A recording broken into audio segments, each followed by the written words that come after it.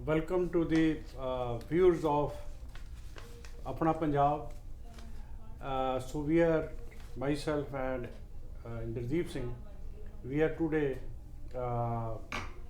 we will be talking in English and presenting the program of about the very famous writer whose books have been very much appreciated all over the world, including Obama and other people who figure very well in the people of roster of great men of the century. So he is very famous and he all over talked over, and he was a professor in Hebrew University. Israel. History in Israel. Jerusalem. So he has written 3 books. The first book he wrote in, it was published in 2014. It was Homo sapiens. Homo sapiens. The Yeah. second book came out 2 years after that, and its name was Homo Deus. Homo the, Deus, yeah. Mankind of future, the future of mankind. And the third book, which was recently came about a year and more. So it was the last book. It was 21 lessons for 21st century. Yeah. So in all these books, he has traced the history of humankind right from the beginning when Prehistoric times. Prehistoric times, when life in the any type of life came into being almost 2 billion years ago. But Homo sapiens, its history starts from well over 70,000. 7,000 years. Yeah. 70,000 years. So in the course of these years, mankind has taken over the world as the most powerful, authoritative species as compared with other rest of the species. What he said that the factor which was figured in the so much importance which mankind has gathered, it was the belief in this creating a story and making people believe it. So that way, so one story after the other were circulated by mankind, and people believed it. Most of the people believed it. So that way, mankind has become so very powerful. So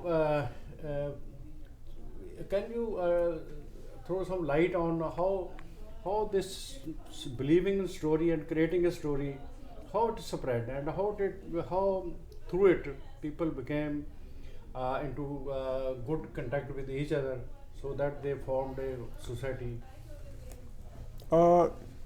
Harari had specific views about the evolution of man.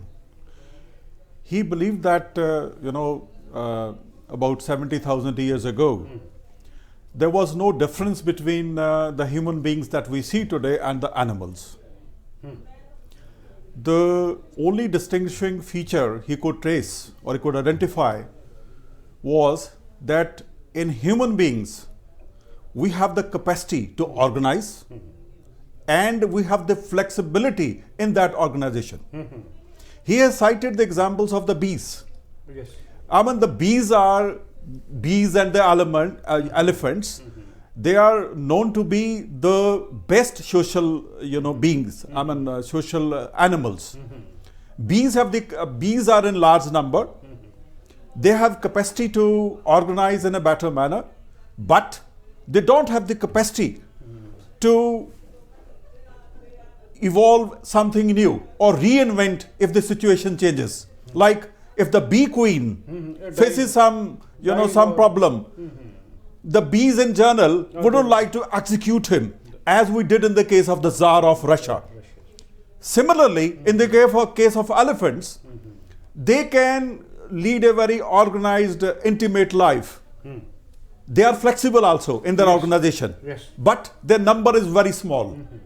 So it is only in the case of human beings where the number is very large, and we have the flexibility at the same time. And the number does not know, we not in that number and in that community does not know each other personally. So they may not be knowing, but still they believe in. Yes. Let me complete the argument.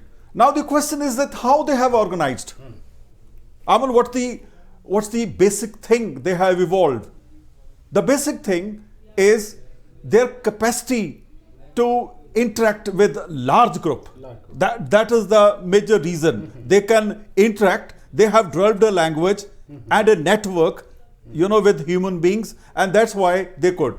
In fact, there are two types of visions. I mean, one which is common with the animal is the vision of the objective reality. Cognitive. The other is the vision of a fictional reality. In fact, in the case of human beings, we have the capacity to have dual vision. The vision of the objective reality and the vision of which we call the fictional reality.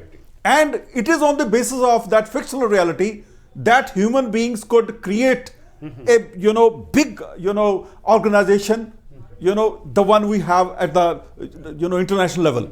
It is all because of that network. See the case of, he has given the example of chimpanzees. He says maybe this is the last stage before, the animals enter into the sapient world. But see that, if you ask them to sit in a, room, they can't sit in an organized manner. There can be chaos in the case of, an assembly of, chimpanzees. But the same is not true in the case of humans. So there lies the difference between the humans and the animals. Humans are different because they, over the years, they developed social qualities. Yes. So yes. How to live, how to behave, and what kind of ethics. They evolved ethics also. Yes, true. So then there came joint family and all that, and then came tribes, and then came nations. Now we in the nation. People in a particular nation, as if we can talk of India, people of India, they not be there into crores of people are living in India, but they don't personally know each other, but still they believe in the identity of being Indian. So this is a fictional reality. It is a fictional reality. It's a fictional reality. But they believe it, so it has become more powerful. See, in the case of currency notes, it's just a piece of paper. Yes. Only that the chartered bank or the Reserve Bank of India has stated that if you offer this currency note in the bank counter, you will be given a number of rupees in return. This is the value of that money. So, and if you go to any departmental store, if you try to buy something, you have something of the same value at different shops. Harari has specially quoted. He said that it is very nice, very fantastic example. He said that in case terrorists they came across some this currency notes, dollars, they will not destroy it. Like they can destroy people, Americans or whatever. So, but they cannot destroy this dollars, because they know that dollars they can make good use of it. I think the credit goes to the bankers who launched this belief that this note or this currency bill has this much of value, and that's why nobody wants to lose that value. And the other thing which for which he is very famous, this Harari, about whom we are talking now. So he says that this common the present time, so in time to come, the things have started to come now. So there is a technical, biotechnical and information technology. Biotechnology and information technology, when they have merged together, and they have it is he gives it a name as technological disruption. So due to that, the society is going to change enormously in next 20 years or 30 years. So the people will be very different from now. They are now. So the power which is now consists in money or in authority. So let me give you the background. I agree what you have said. In fact, in the earlier times, everything was centered around Bible and God. Yes. And then there was a shift from God center to human-centric activities. This we called humanism. Humanism. In humanism, the voter become the leader. He become the central point in democracy. And the consumer and the customer became the king in the market. And in the word of art, the beholder, the one who appreciates the art, he became the king. Because whatever he decides, became very important. So in humanism, your individual feelings, irrespective of what the God said or what the Bible said or any other religion said, was not important. What was important now is how do you feel after it. And that's why there was a change in the ethics also. And that's why the so-called perverted tendencies like lesbianism and homosexuality, they were accepted, under the garb of humanism, because everybody said at the end of the day that how do you feel, if you are comfortable and you are not harming the total harmony of the society, you are welcome. He has divided the modern day world into this humanism which is going on now. So we are in this era of humanism. It is various kinds of humanism, as you have said, economical humanism, which is where the purchaser is the ultimate thing. He is the king. Consumer is the king. And in the case of democracy, the political humanism, so voter is the king. Yes. So in the case of art, as you said, that the beholder, the beauty lies in the eyes of the beholder. Yeah. So that means that things. But now there's going to be a changeover. No. Now, it is an era of post-humanism. No. So and artificial intelligence has taken over. So which power lies in the voter and all these things. In the free will. In fact, what he has stated, that is a shift in the authority. Is a shift of authority from humanism to algorithm. He says that the shift in the modern times, there is a shift from humanism to algorithm, where some external authority, maybe artificial intelligence, maybe robotics, or other techniques, which is a product of combination of infotech and biotech. Yes. It's a combination of infotech and biotech. That is can be most harmful as well as most. It depends. It depends. He said that I can't predict things for the future because he's a soothsayer. Not he could you can prophesize things, but he says as the things move from this position, and as a result of that shift in authority. Now it's not the human being who decides as it is believed in under humanism. It is the algorithm that will decide. Earlier our feelings were major dominant in algorithm. Now it is the technology. It has moved out of your body. He gives another name to this thing, algorithm. It is dataism. Dataism. That's true. Will be the ultimate authority in the times to come. So he says that because of artificial intelligence and technical or technique and this bionic things which are robotics. So the people or most of the labor or other jobs, they will be taken over by robots. That's true. So and most of the intellectual work also will be taken, because the computers are said to be most intellectual. They have more intelligence than human beings. No, he says that as a result of that shift from humanism to algorithm, we have two class of people. One, the people who have the resources, elite class, they will become demigods, and the people who will be pushed out of this system become totally useless. And he said that maybe they will be asked to play computer games only. because they won't have any economic capacity. They won't have any purchasing capacity. They will be just useless people, and so the world will be divided into two classes of So he has society. viewed very this fear. He views the fear that in future most of the people will become redundant. They will become useless. Not no work will be possible to be given to them. But he has given a way out. He said that if you are willing to reinvent yourself in the changed circumstances, and that's so repeatedly, it's not once. Because as the things are changing, maybe that after every 2 years, 3 years, you have to reinvent for the new situation. And the people, as they grow up in age, they have a lesser capacity to reinvent. So a man at the age of 50 has less capacity in comparison to the boy who is in the age of 20. Compared to the age when he is young. Yeah. So that is the case. So, but so it is a very alarming position. So, and he says that we cannot assess what is the type of future going to be. But still, he says that definitely it will not be the same as it is obtaining now. So there will be a lot of changes. And this algorithm. He says organism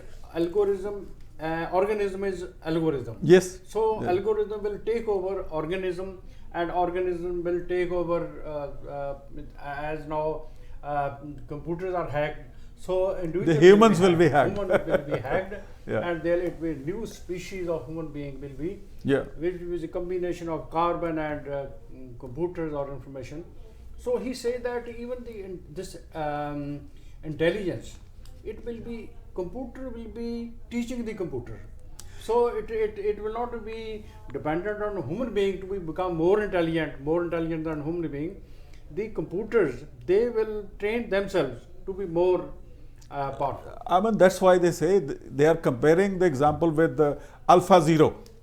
I mean, where the computer competed in chess with another computer and won. So there was no experience, derived from any human, chess players. So it was only the computer which taught computer, and in that fight, AlphaZero won that game. So that is why he is stressing that unless we become all over the world, there is some global authority should be there, which is to oversee that this type of artificial intelligence, it should not come to hijack human beings. In fact, so that is why he says that this something global on the global level should be planned, so that to deal with this the crisis created out of this artificial intelligence, the technical disruption, and then the ecological global warming, this threat. In fact, nuclear threat. He has in fact quoted the example of China, where there's a river flowing across China, Yellow River. He said in the earlier times, the tribes living on the banks of Yellow River, they were confined to the specific problems which they used to face while residing on the banks of that river.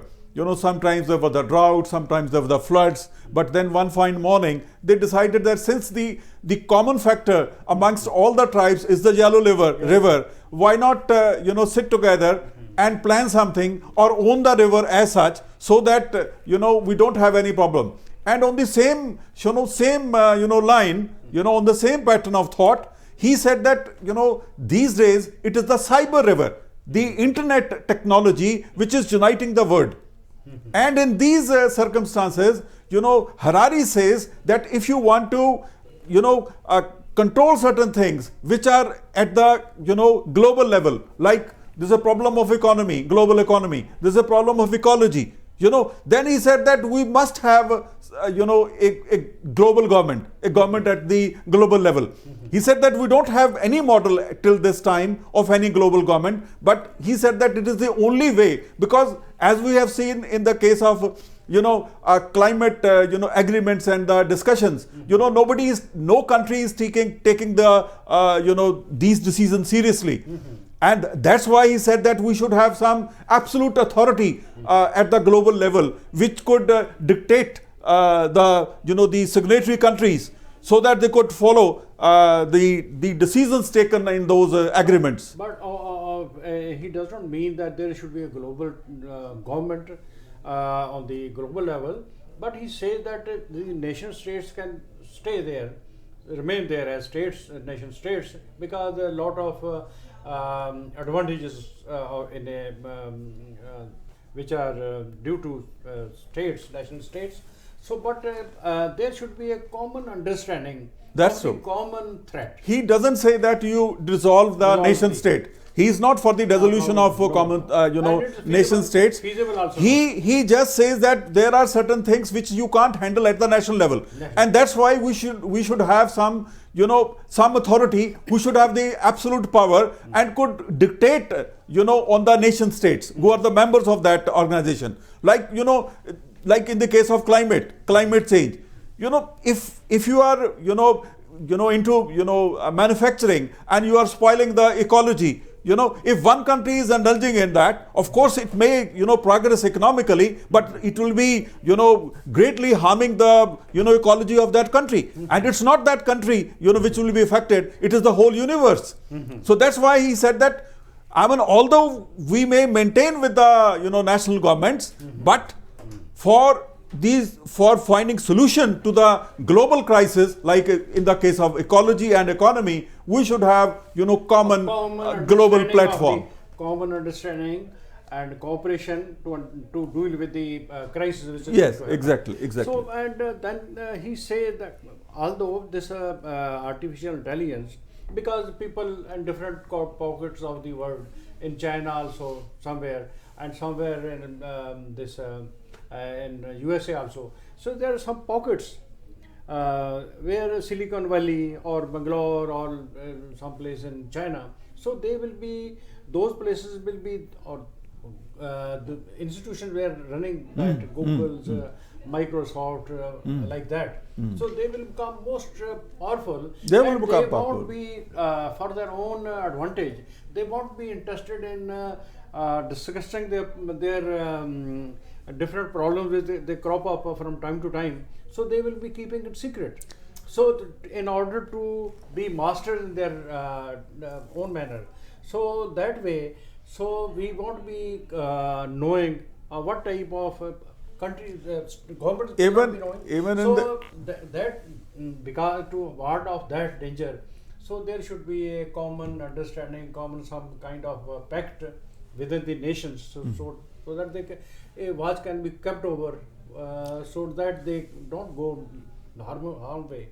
So there should be some social or humanistic welfare points should be. He has quoted the example of Google. He said that in future, in the earlier times, it was the natural selection which was the determining factor for marriages, for the marital alliances.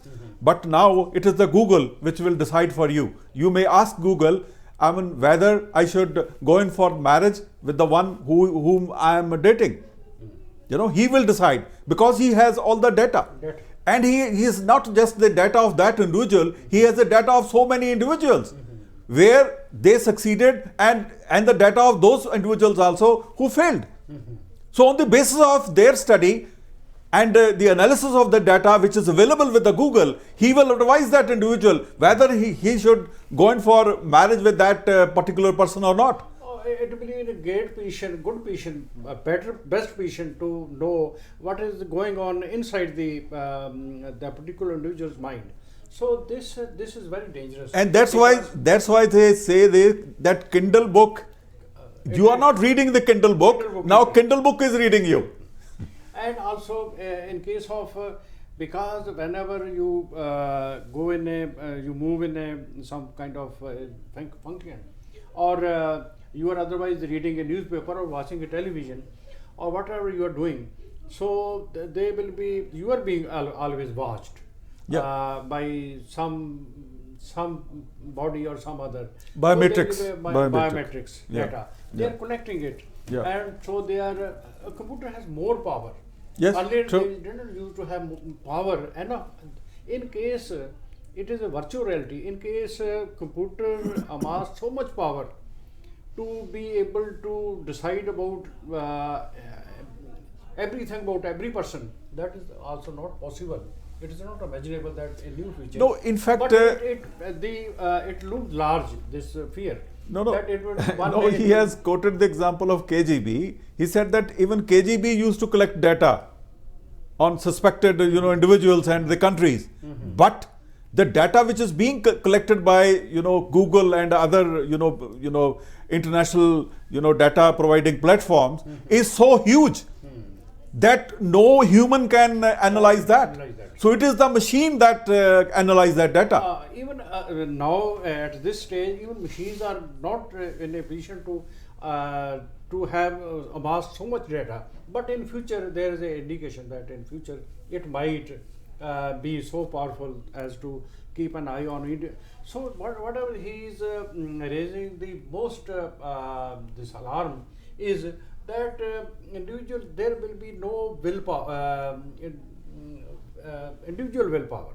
Yes.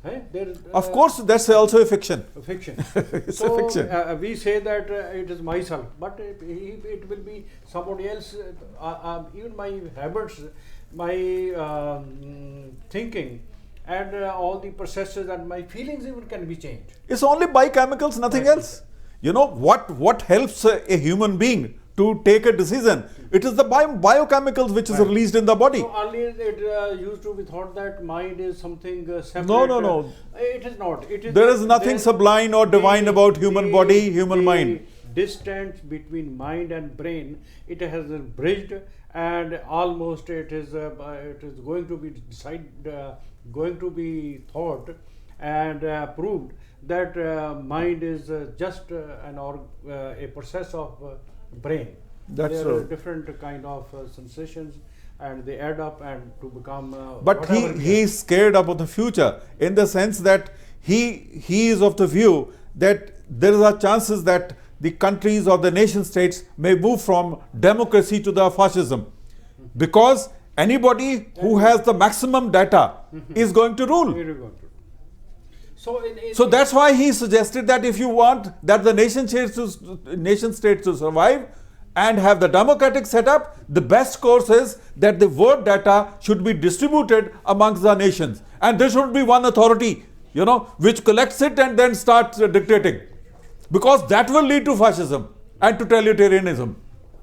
So, but he hopes that this artificial intelligence may prove to be good also, in a way that this empathy, it can be generated through computers. Yes. Nowadays there is no meeting point, so this it can be good as well as bad. So the things are evenly distributed, so we can't know. It is not desperate. So we cannot say that this thing will come. Now he is. Now let us talk about what type of things we should teach our children, who are to be young people and then old people, and then what type of education they should get, what type of qualities, mental qualities they should. So in fact, Harari is of the opinion that the type of education and training which is being given to the children today is not fit for the kind of world that he has visualized. They are going to face. That they are going to face. So that's why he said that we should train our kids in such a way that they could reinvent themselves with the new world. They should know how to adapt to the new situations. That's the first thing he has taught. They should be adaptive. Yes, so adaptive. How they can be adaptive?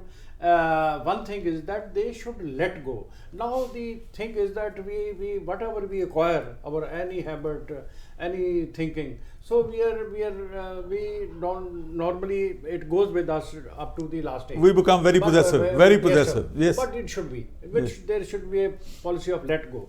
Just forget about what is not good, and take what is good. So, and as we grow, we become more possessive. That's yes, sir. And emotional intelligence can only through being Mental stability and emotional mental intelligence. maturity can give us we should have a balanced attitude, the middle way of the Buddha. So we should neither be attracted to people things which we like, or nor we should be just hateful of things which we don't like. We should have a. He said we should have a combination of emotional intelligence and mental stability. That is so. If we want to repeatedly want to reinvent ourselves for the coming times. So the second, second thing which he is giving the putting pressure is that there should be philosophy should be the best type of subject which should be taught in the universities and in the school. Philosophy or emotional intelligence and communication. Yes, that's what that's the example he has given. There's the pilotless or the driverless cars or the trucks. He said now it is not the impatient engineers who are designing the cars. It is the philosopher which we need for the movement of cars on the roads. Because when it's not the human beings who are driving the cars or the trucks, it's the pilotless trucks. Now the existential question comes. I mean, if you are encountering, a 2 years boy on the road, unattended, should we kill that boy? Or should we save the proprietor of that car? So these are the ethical questions which can be handled if the minds of engineer and the philosopher join together. So that is why there is a necessity of having this kind of education. And thus we are going to have a new ethical world. It is no more the previous one where we have to see. Now they will like to see the person who is on the road, whether he's an old man or a young man. So another thing. And what is at stake? I mean, what is deciding the ethics is what is at stake. What is the age of the person? That's how the things are going to move in the coming days. And with this, he says that one should be able to deal with failure, because in this new age which we are entering now, so there is a lot of possibility of so many tasks being. Yes, he has quoted the example of yoga. That today you are a good teacher of yoga, and tomorrow the computer may start teaching you yoga. So you should be always prepared to face the failures. Face the failure. And you should be always in a position. I mean, if you are a failed teacher as a yoga teacher, you should be always prepared to take up new tasks. So to do that better, there is a and this is natural. I mean, whenever you face failure, I mean, experience is the name we give to the our failed experiences. Another one, he says that one should be a good storyteller, as we have seen that in the case of mankind. Narratives, they have discourse. Progressed by creating one fictional reality after the other. So we should invent new fiction, so that we can stay together. He has quoted the example of global world, the global economy. He said that in 2016 that fiction collapsed. I mean, as a result of it, we have the Mexican wall, we have the Brexit, we have the American says that America is for the Americans. Yes. I mean, this is a result of that. Because that fiction collapsed. And now there's another thing Harari says, that it's not that if any fiction fails, it's the end of it. He says that the human being has the capacity to create another fiction. And soon people will start believing in the new fiction. As in India, when liberalization was introduced in 1990s by Dr. Manmohan Singh, it was a liberalized word.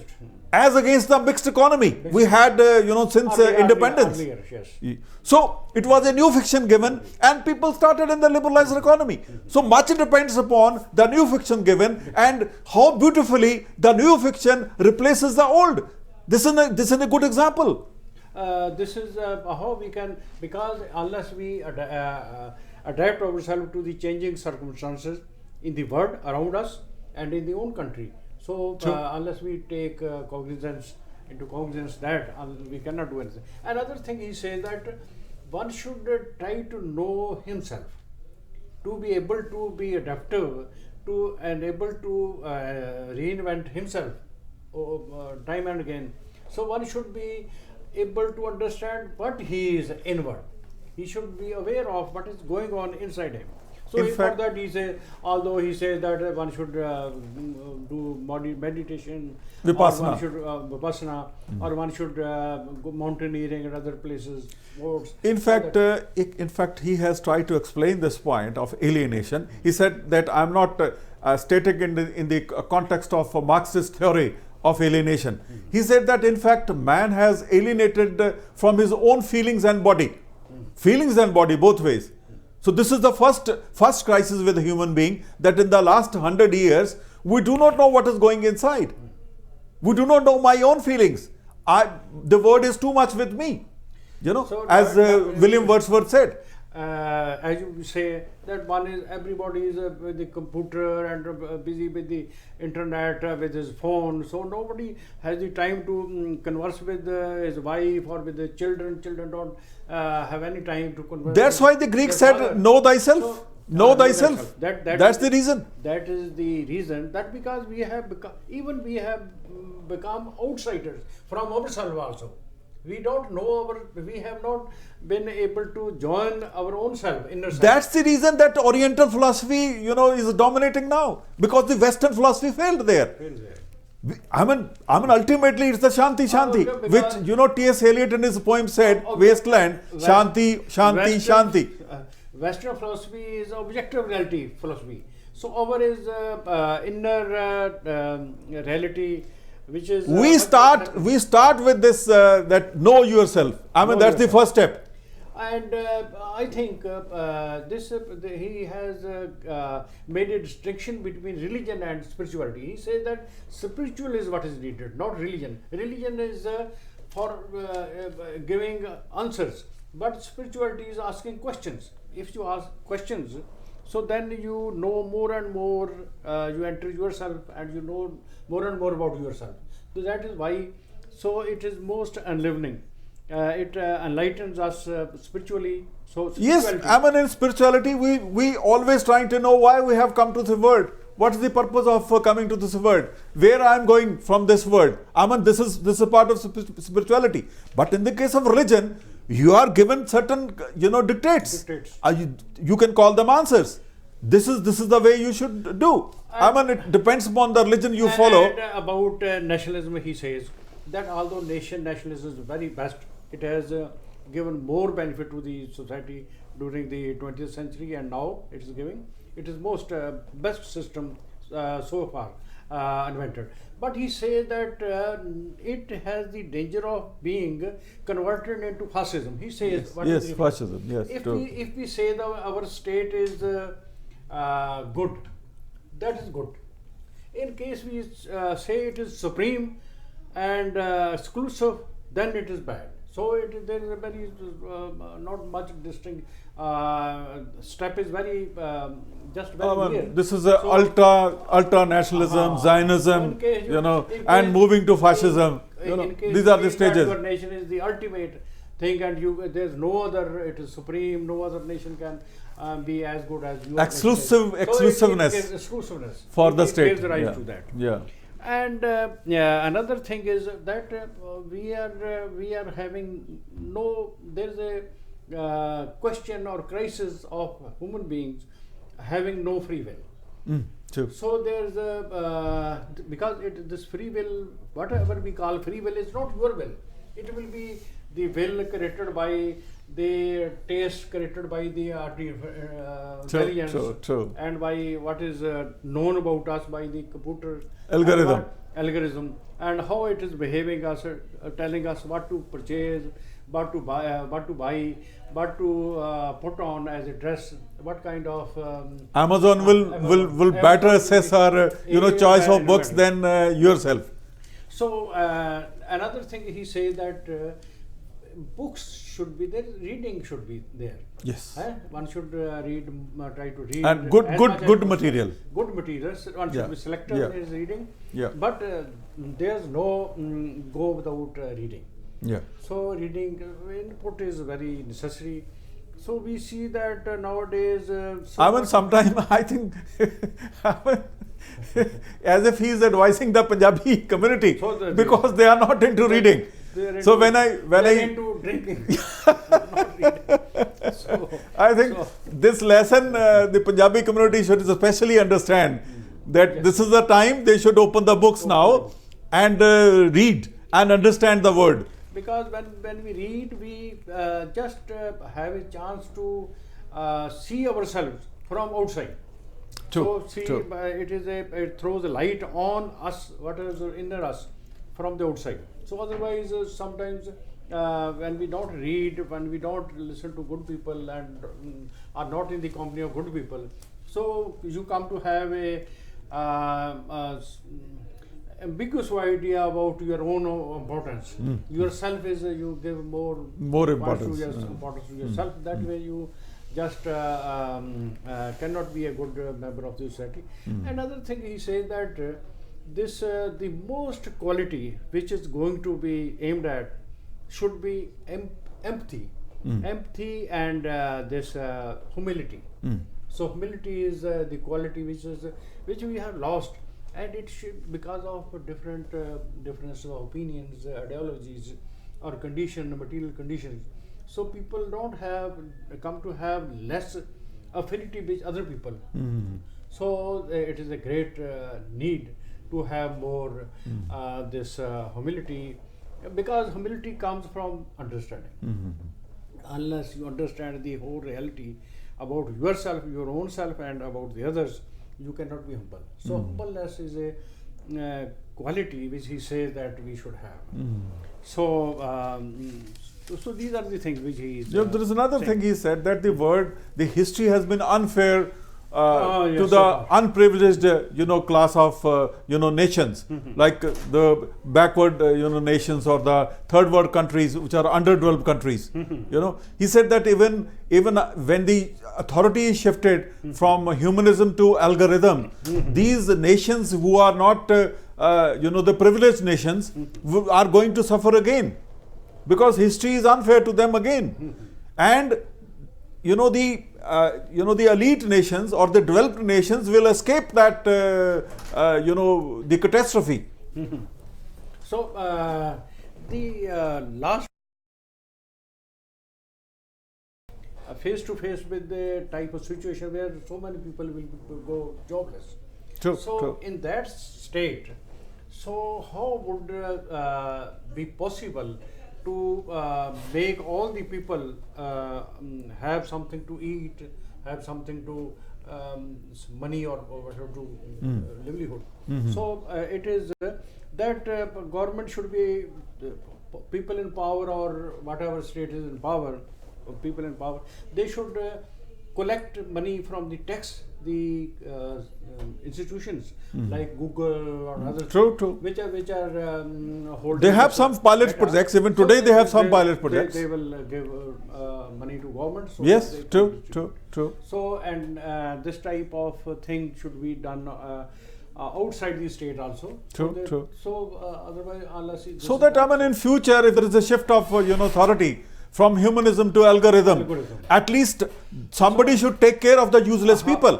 He called them useless people, and he laughed that maybe that we have to give them the computers to play the computer games. So the point lies, or the future, or our welfare in the future, humanity's future lies in having a harmony between this algorithm, good algorithm and bad algorithm. But he said that I am not pessimistic. First is that I am not prophesizing anything, because I am not a fortune teller. Two, that whatever is going to happen, since I am a scholar, I have to tell you the negative side of it. But the one who are the proponent of this new technology, which is a combination of biotech and infotech, they will explain to you the positive side of this development. But we now hope that things will come to some understanding will arise, and people will feel all over the world to become aware of this crisis, so that they should invent ways how to deal with it in a way that the humanity should not it should not become the last stage of the species. He says that this is going. He says that we are phasing out. We are the fag end of that sapien age. Yeah. Human sapien age. We are the fag end of it, and maybe the next generation may not see the type of circumstances we are, placed in. To avoid that away, so we should be able to. We should see, or we should just hope that powers that be should come to understanding that our common future is in danger, so that we should do something positive about it. So with that, we come to the end of the discussion. Today. Yeah.